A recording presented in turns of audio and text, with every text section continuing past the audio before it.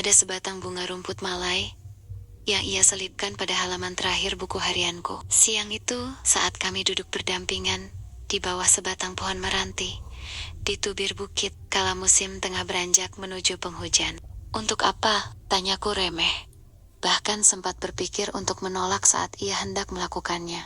Indah pun tidak. Ia tersenyum ringan, sebuah senyuman karismatik yang menyiratkan keluasan pengetahuan. "Bunga rumput memang tidak indah, tapi ia tangguh. Tidak seperti bunga-bunga yang memiliki kelopak," tuturnya. Dahiku mengernyit, berusaha menjangkau arah ucapannya, namun gagal. "Aku tak paham." Prana menatapku dalam. Di saat yang sama, aku pun menatapnya dengan tatapan serupa. "Berjanjilah, Arunika, kau akan selalu menyimpan bunga rumput ini, mungkin sebagai simbol, atau juga pengharapan, bahwa cinta kita akan sekuat dia," katanya sungguh-sungguh. Refleks. Aku mengangguk, dan sejak saat itu bunga tersebut selalu menjadi bagian dalam buku harianku. Bahkan sekalipun segenap halamannya telah penuh berisi tulisan.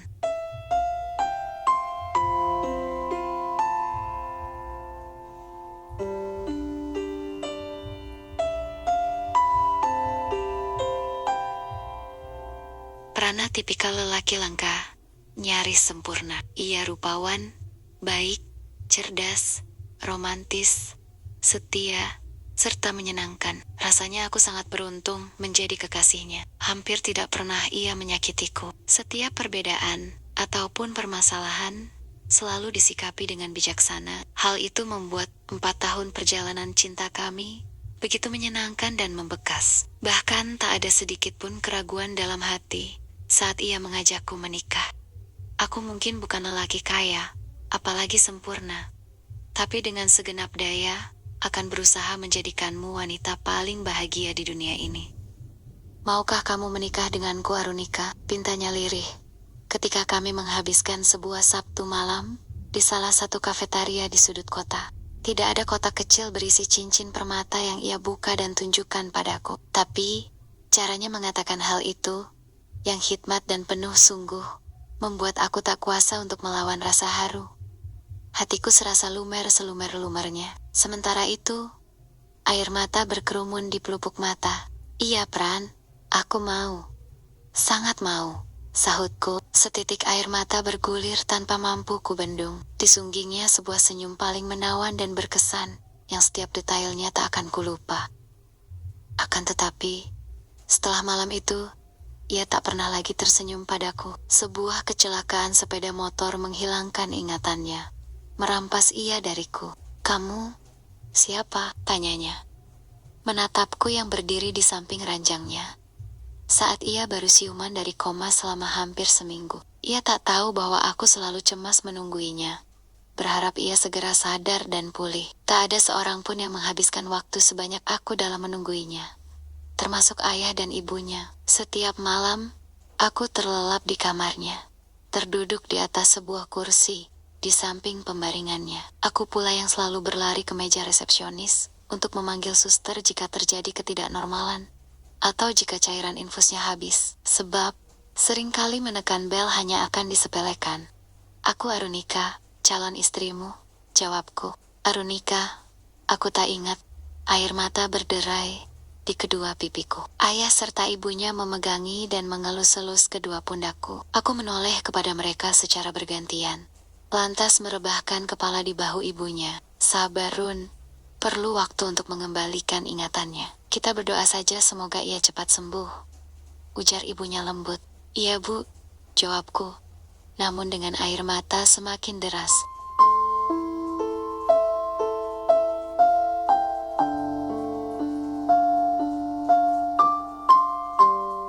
Seiring berjalannya waktu, Prana mampu mengingat banyak hal, tetapi ingatan dan perasaannya padaku tak kunjung pulih. Telah berkali-kali aku dan keluarganya berupaya memulihkannya, tapi tak berhasil. "Ibu harap Nak Arun mau bersabar. Kita memang harus telaten. Bukankah dulu kedekatan kalian pun memerlukan proses?" nasihat ibunya. "Iya, Bu, aku akan bersabar," jawabku.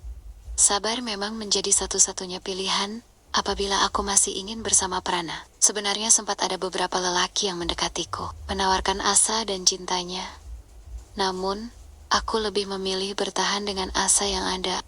Hampir setiap sore, aku mengunjunginya, menemani ia melukis ataupun menulis puisi. Meskipun ingatannya hilang, bakat dan jiwa seninya tidak turut lenyap. Sering ia mengajakku ke puncak bukit, danau, serta taman. Kemudian kami duduk di bawah pohon di tepi danau, ataupun di atas bangku. Ia curahkan kelembutan jiwanya di atas sebuah kanvas, ataupun komputer jinjing. Tapi, ia tak pernah ingat jika semua tempat itu adalah tempat-tempat yang biasa kami kunjungi dahulu. Seakan-akan hanya digerakkan oleh naluri. Jadi, apa yang akan kau lakukan hari ini? Tanyaku suatu siang, lekat menuju petang. Pergi ke atas bukit, dan memandangi lembayung. Jawabnya, air mataku meleleh, lekas-lekas kuseka dengan ujung jari, supaya tidak tampak repih. Bagaimana mungkin aku tarawan hati sementara hal itu adalah salah satu kebiasaan kami dahulu apabila bersama. Apakah mengganggu jika aku menemani? Tanyaku. Aku rasa tidak. Mungkin di sana aku akan butuh teman. Lagi pula, sejauh ini temanku hanya kamu. Jawabnya. Jawaban tersebut semakin membuat hatiku terasa tersayat. Setelah ada tahun-tahun panjang yang dilalui bersama, menyusuri suka maupun duka, bahkan sempat memintal janji, ia hanya menganggapku teman, ingin rasanya mendamprat keadaan. Tetapi aku sadar, hal itu bukan sikap bijak, maka memendam perih menjadi opsi yang tersisa.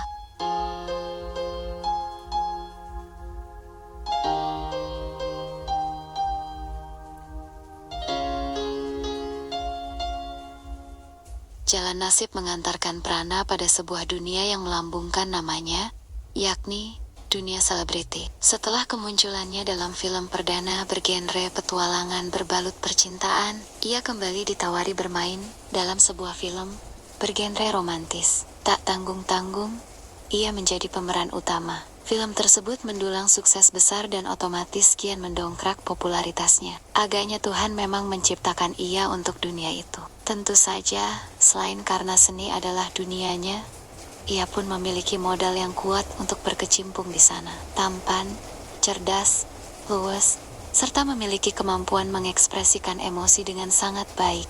Namun, kabar buruknya adalah hubungannya dengan Yuliani Kartika, artis yang menjadi lawan main dalam film keduanya, terus berlanjut. Keduanya semakin sering bersama, baik di film maupun kehidupan nyata. Kerap kali Yuliani datang ke rumah Prana untuk mengajak pergi bersama-sama ke lokasi syuting. Tak jarang aku ada di sana dan melihat. Tak perlu dijabarkan bagaimana perasaanku, sebab aku pasti cemburu. Sering pula aku mendengar Prana menerima telepon dari Yuliani, minta dijemput. Lalu dengan semangat, ia meluncur ke tempat si artis. Sementara, aku tak bisa berbuat apa-apa. Kau menyukainya? Tanyaku, ketika kami duduk di beranda dan membicarakan sang artis. Prana memandangku sejenak, kemudian melontarkan pandangan ke sebuah tempat yang sangat jauh. Mulutnya memang tak mengatakan apa-apa, tetapi matanya berbicara banyak padaku. Dari sana, aku mengetahui bahwa ia memang menaruh hati kepada artis itu. Bukankah mata adalah jendela hati? Aku tidak tahu, Run. Sejauh ini, kami hanya berteman, jawabnya. Ada rasa sakit yang menerobos ke dalam hatiku. Cara bicara, pemilihan kata, ekspresi, serta intonasinya memberitahuku sesuatu. Itu adalah bahasa nonverbal yang maknanya kurang lebih. Sejauh ini, kami hanya berteman, tetapi kedepannya tidak tahu. Dan tak lama Yuliani datang bersama mobil silvernya. Ia membuka pintu dan keluar dari mobil. Dengan anggun, ia gerakan sepasang kaki lenjangnya ke arah kami. Kupandangi ia sangat lekat. Kulitnya putih, tubuhnya aduhai, rambutnya indah bergelombang. Belum lagi, aroma parfum mewah menyebar dari tubuhnya. Singkatnya, ia begitu sempurna. Hanya pria bodoh yang tak jatuh hati padanya. Jelas, aku bukan saingan yang sepadan untuknya. Seperti langit dan lumpur rawa, sekilas ia melirik padaku. Ada sorot sinis kurasakan menembus hati. Lalu ia memandang Prana. Sudah siap? Tanyanya. Seperti yang kau lihat, jawab Prana. Kalau begitu, ayo kita berangkat. Mau pakai mobil siapa? Terserah. Ya sudah, mobilku saja. Keduanya berjalan keluar pagar, menuju mobil yang terparkir di tepi jalan. Lalu mereka masuk mobil. Sementara itu, Aku hanya terdiam memerhatikan. Setelah mobil melaju, air mata gugur dari kedua mataku.